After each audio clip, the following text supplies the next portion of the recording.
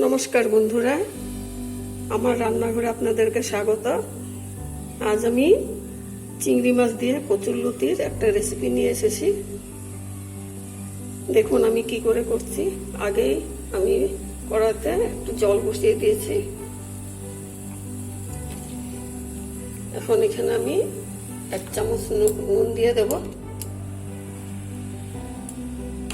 এই দেখুন আমি এখানে আধা কেজি কচুরলতি পরিষ্কার করে কেটে নিয়েছি। এগুলো এখন 5 মিনিট বয়ল হতে দেব।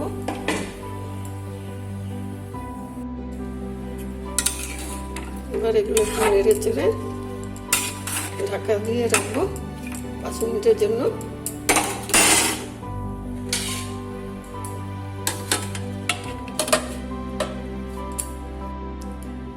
এই ফাঁকে আমি মশলাটা তৈরি করে নেব। এখানে দেখুন 3 চামচ সর্ষে নিয়েছি, 2 চামচ পোস্ত নিয়েছি, আর 2 চামচ শুকনো নারকেল কোড়া নিয়েছি, যেটা দোকানে কিনতে পাওয়া যায়, আর 3টে কাঁচা লঙ্কা নিয়েছি। এখন এগুলো একসাথে বেটে নেব। নেড়ে চেড়ে দেব। লতিগুলো সেদ্ধ করবো না, শুধু একটু ভাপিয়ে নেব। আবার একটু ঢেকে দেবো।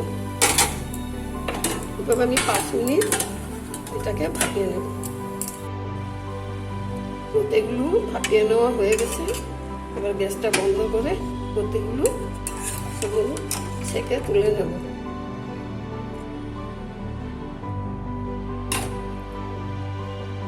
দেখুন এভাবে তুলে নেব। দেখুন কড়াতে সরষের তেল বসিয়ে দিয়েছি, তেলটা গরম হয়ে গেছে। এখন এখানে আমি 1 চামচ কালো জিরা ফোড়ন দিয়ে দিলাম। 2 কাঁচা লঙ্কা এভাবে কেটে নিয়েছি, দিয়ে দিলাম। আমরা সরষে বাটাটাও কিন্তু 3 কাঁচা লঙ্কা দিয়েছি, সেই জন্য সেটা বুঝে ঝালটা দেবেন আপনারা আপনাদের নিজেদের মতো। এবার এখানে আমি লতিগুলো দিয়ে দেবো।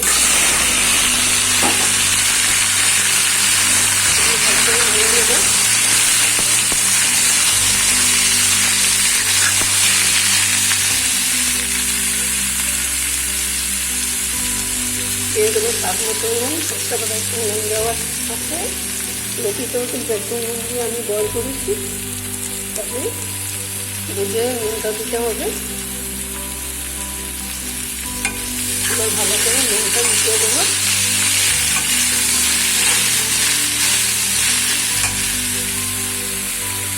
ভিডিওটা শর্ট করার জন্য আমি চিংড়ি মাছ আগেই ভেজে রেখেছি।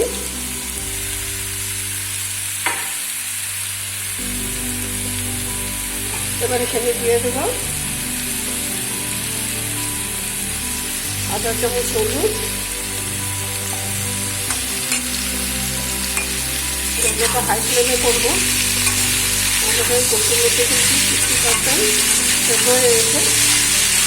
একটু ভালো করে নেড়ে নেব। এটা পেঁয়াজ রসুন দিয়েও করতে পারেন, আমি একটু পেঁয়াজ রসুন ছাড়াই করবো।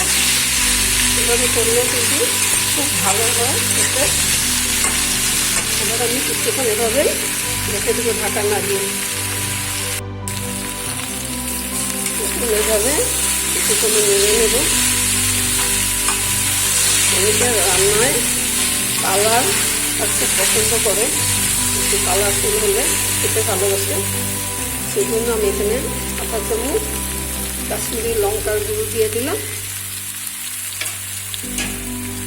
এবার ভালো করে নেড়ে নেব।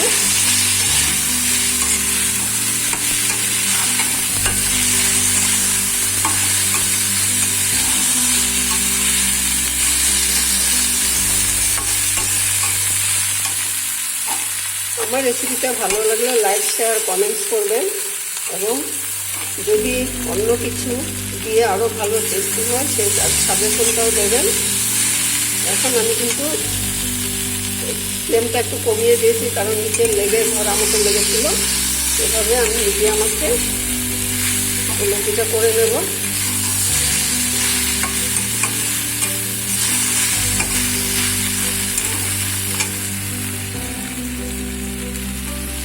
দিয়ে দেবো চিংড়ি মাছ। এখানে আমি শুকনো চিংড়ি নিয়েছি। এখানে শুকনো চিংড়ি ভীষণ ভালো লাগে, যেটা আপনি পাবেন সেটা দিয়ে করতে পারেন।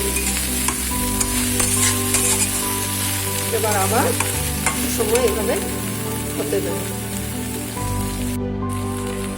চিংড়ি মাছটা দিয়ে একটু নেড়ে চেড়ে আবার একটু সময় রেখে দেবো, যাতে রুটিটা খুব ভালোভাবে সেদ্ধ হয়।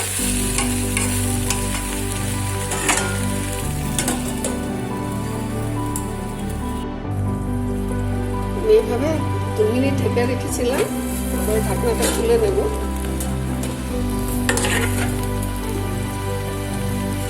আবার একটু নেড়ে নেব।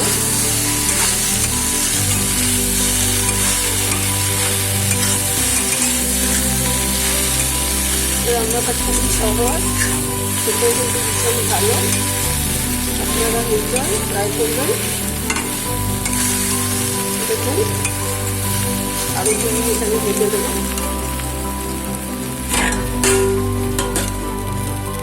নতুন মিডিয়াম ফ্লেমে আমি রেখেছি এটা।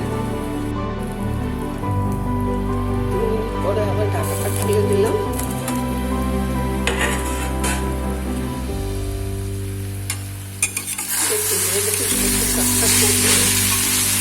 দেখুন কচুরলতিটা খুব সুন্দর।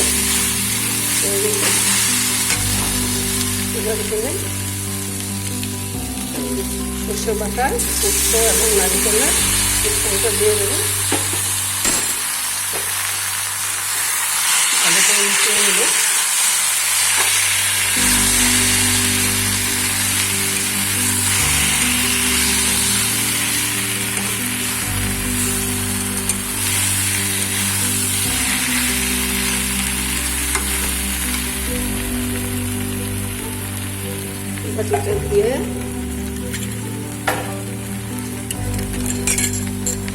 বাটিটা দিয়ে একটু জল দিয়ে দেবো।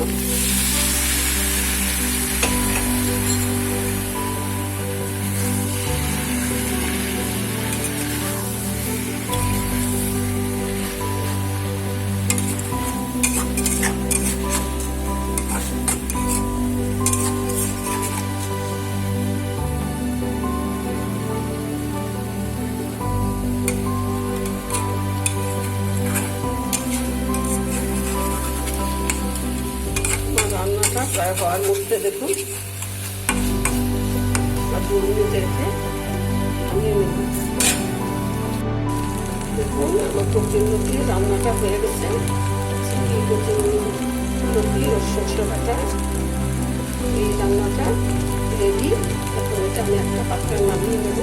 এখানে কিন্তু আমি কোনো এক্সট্রা জল দিইনি। কচুরলতি আর সর্ষে বাটা সেটাতে কিন্তু রুটিটা সেদ্ধ হয়ে গেছে।